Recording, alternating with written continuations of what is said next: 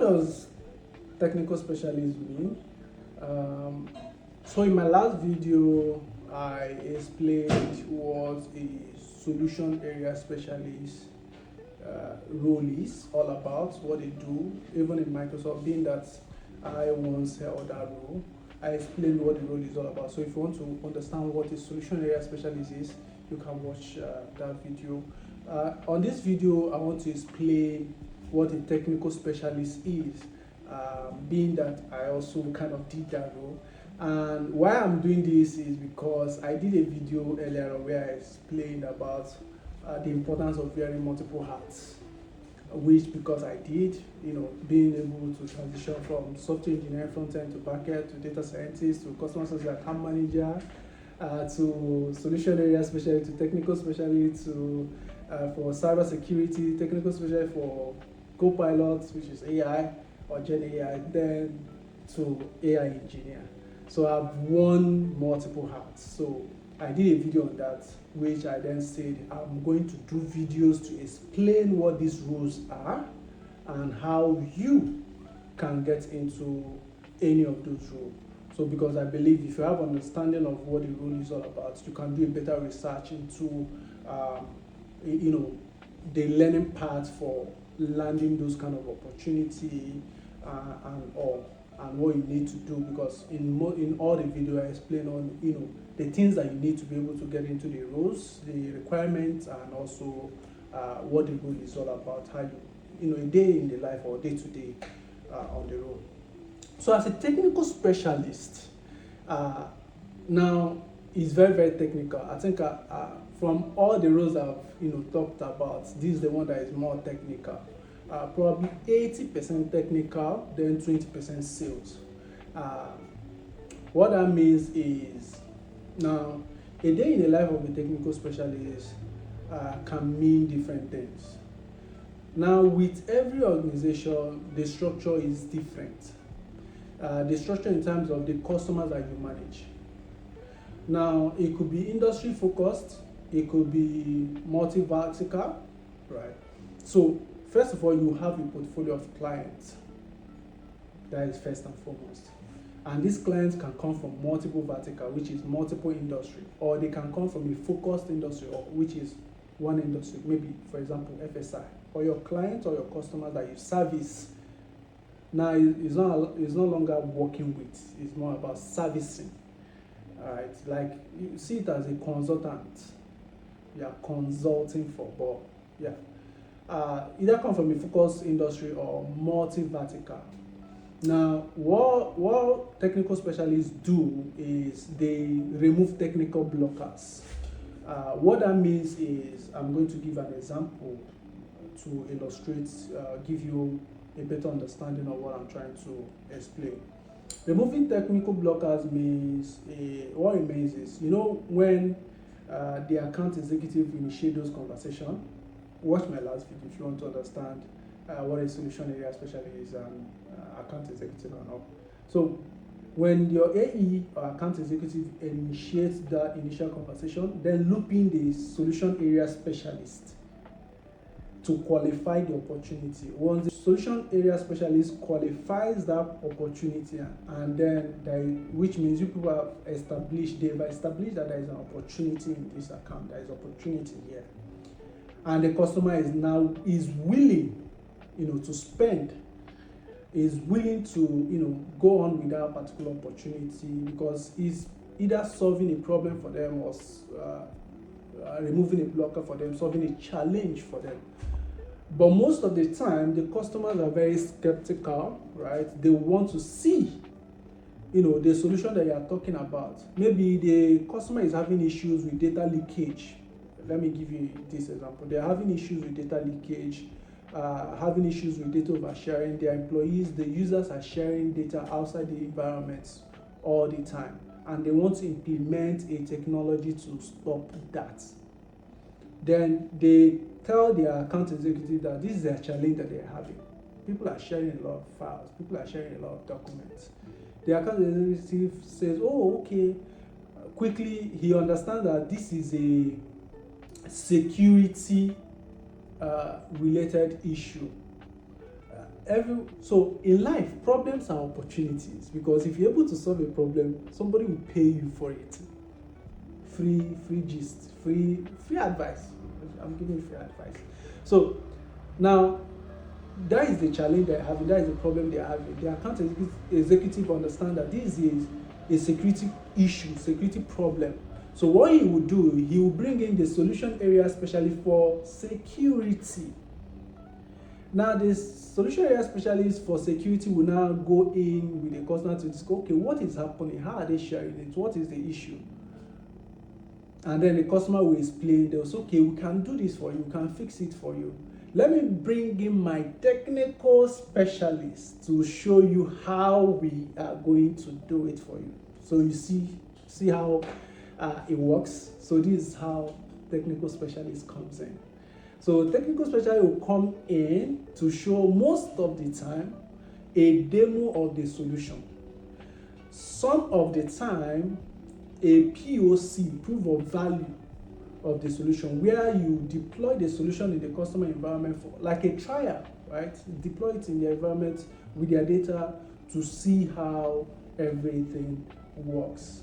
And technical specialists are also in charge of working with external partners where there is need to incorporate or bring in a partner for delivery, because some organization or OEMs have a clause that states that solution area technical specialists are not supposed to do customer deployment. You can do the architecting, the visioning, do the demo, run a POC with them, but going into the customer environment, like changing things in their environment, configuring things yourself, you are not supposed to do that.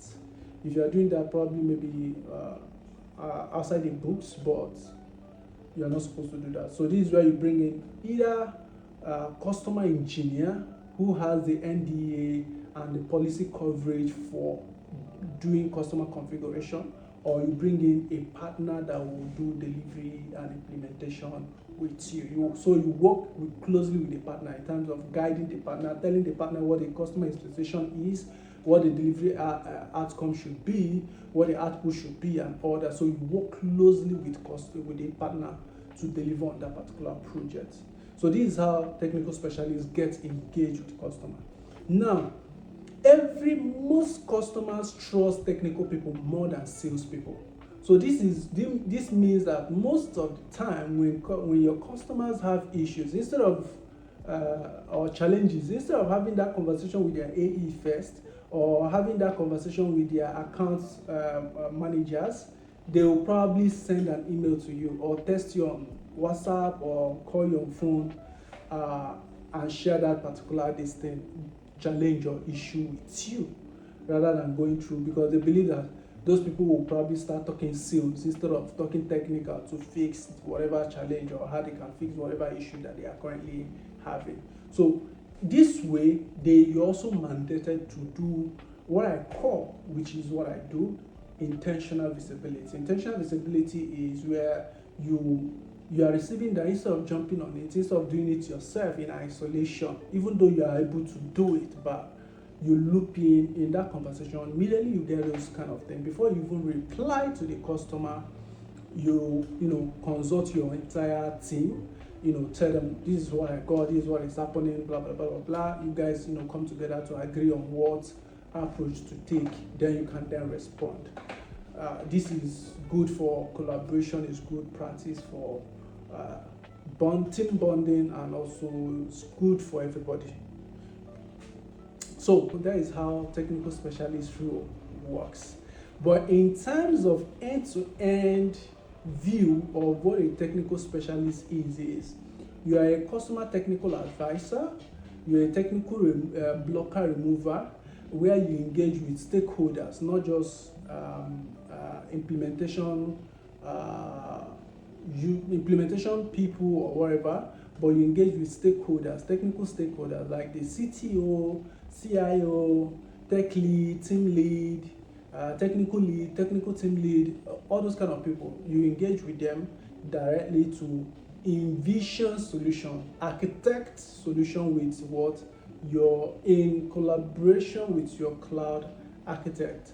Most of the time in some organization, you might not have the flexibility to have different team holding those other position, other roles like cloud architect and customer engineer. Some companies will consolidate all this into one technical specialist. So as a technical specialist, you probably will be doing architecting, you probably be doing pure deployment. So you're able to configure and deploy stuff in the customer environment yourself.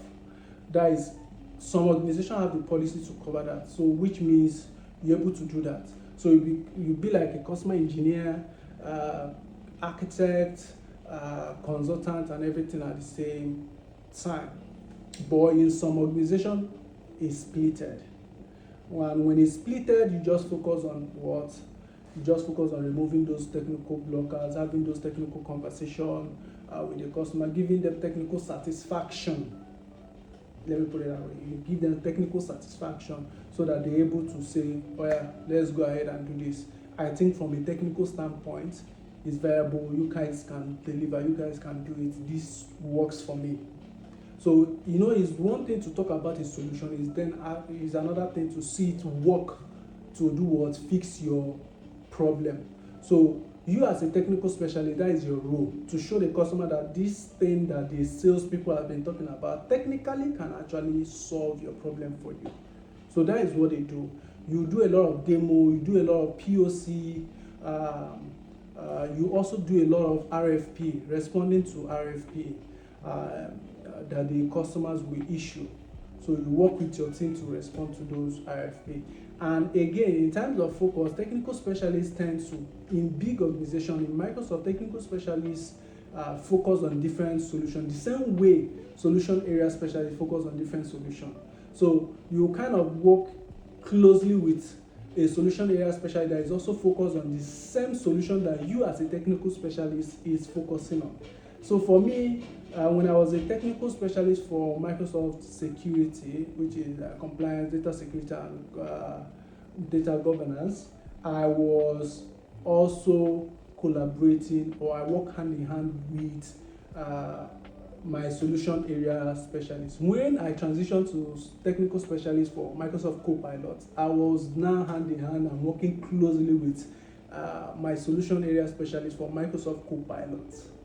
So you guys are like two musketeers. It's no longer three, yeah, two musketeers, yeah. So you work very, very close with your solution area specialist. That is your salespeople. So whoever that is the sales guy for that particular solution that you are the technical specialist for, you work very close with them. So they sell, you do the technical validation. And in terms of what you need to be able to get into this role, it kind of explains itself. You need to be very, very technical. In Microsoft, if you want to be a technical specialist for Microsoft M365 governance, data security compliance, let's say data security compliance and governance, you need to be very, very good with Microsoft Purview and M365. So if you're very good with Microsoft Purview and M365, you'll be able to land a job at Microsoft as a technical specialist for data security, compliance, M365, and all. For Azure, the same thing. You need to know Azure very well. You need to be very, very technical for this particular role, and you need to have a bit of sales. But if you're very, very technical, having a bit of sales is an added advantage, very good added advantage. They probably will even consider you first before they consider any other person, because they want people that have that sales experience and sales knowledge. But you need to be very, very technical, and having technical certification is one thing that will prove you that you have the technical capability, especially for these big organizations, if they are your targets. That is first. You need to be technical. You need to have sales experience. Secondly, you need to know how to collaborate. You need to know how to collaborate, because there is a whole lot of collaboration that happens on this particular role. You collaborate with partners. You collaborate with your internal teams, especially your solution area specialists. You collaborate with your client or your customer stakeholders. you collaborate with them also a lot. And again, I think the last one is you need to be very proactive. You need to be very proactive. Depending on the organization that you are joining, there are some organizations that there is no sales pipeline. You might end up helping your solution area specialist guy or your sales guy to help generate pipeline, because if they are not generating opportunity, they are not bringing opportunity, there is no customer for you to meet, there is no work, there is no project for you to work on. So most of the time you need to be proactive to make sure that there's enough pipeline, which is something I actually did a lot when I was with Microsoft.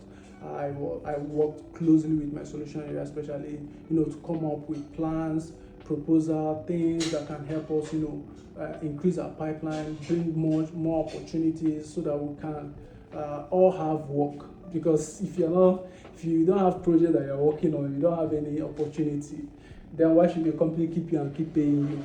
So you need to be someone that is very, very proactive. Look into the pipeline, even though you are not a salesperson, but you should be looking into the pipeline to make sure that there is enough pipeline for you to have work to do. So in terms of pay, the pay is good because you also earn commission, because there is aspect of sales in it. You also earn commission just like the solution area specialist, but your commission is very, very small. So if the solution area specialists are earning on a scale of 100, they'll probably be earning like, let's say 60 to 70. You'll be earning like 40 to 30. So they earn more commission than you, but then there is commission also in there. And the pay in terms of salary is also good. I think is on an average, compared to on an average for software engineers, is kind of a bit higher because of the sales aspect of it. So the pay is good. You earn commission also as a technical specialist because there is a sales aspect of there is sales expectation. Then in terms of core KPIs, yes, in terms of core KPI, I forgot to mention this. In terms of core KPI that you'll be measured on is removing, I shared it earlier, but in more details, technical blockers. You need to be removing technical blockers. I explained what that means earlier on. Win over competitors. So you need to technically, where you have competition and is capability versus capability, you need to initiate a way to make sure that your own solution wins against your competition. So you are measured on that, how many competition you're able to win, how many takeover. So a customer environment that already has existing another solution that does the same thing your solution is doing, how are you able to displace them? You are measured on that. You are measured on also collaboration. You are measured on also enabling others in terms of helping them with proposal, going with them to those customer meetings, even though you are not actually kind of required to go into those meetings with your account executives and your solution area specialist, but you going to those meetings. When I was doing it, most of the time my solution area would be like, Winner, I'm visiting so customer, I'm visiting the CIO, I'm visiting the CEO, I want you to go with me so that we can show him one or two things here and there. So I normally drive down to the office and go on those meetings with them.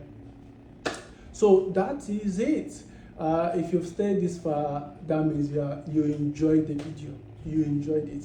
So hit the like button for me. This is a way of encouraging me to do more videos like this. Subscribe also so that you get notification when I drop the next one. And see you on the next one.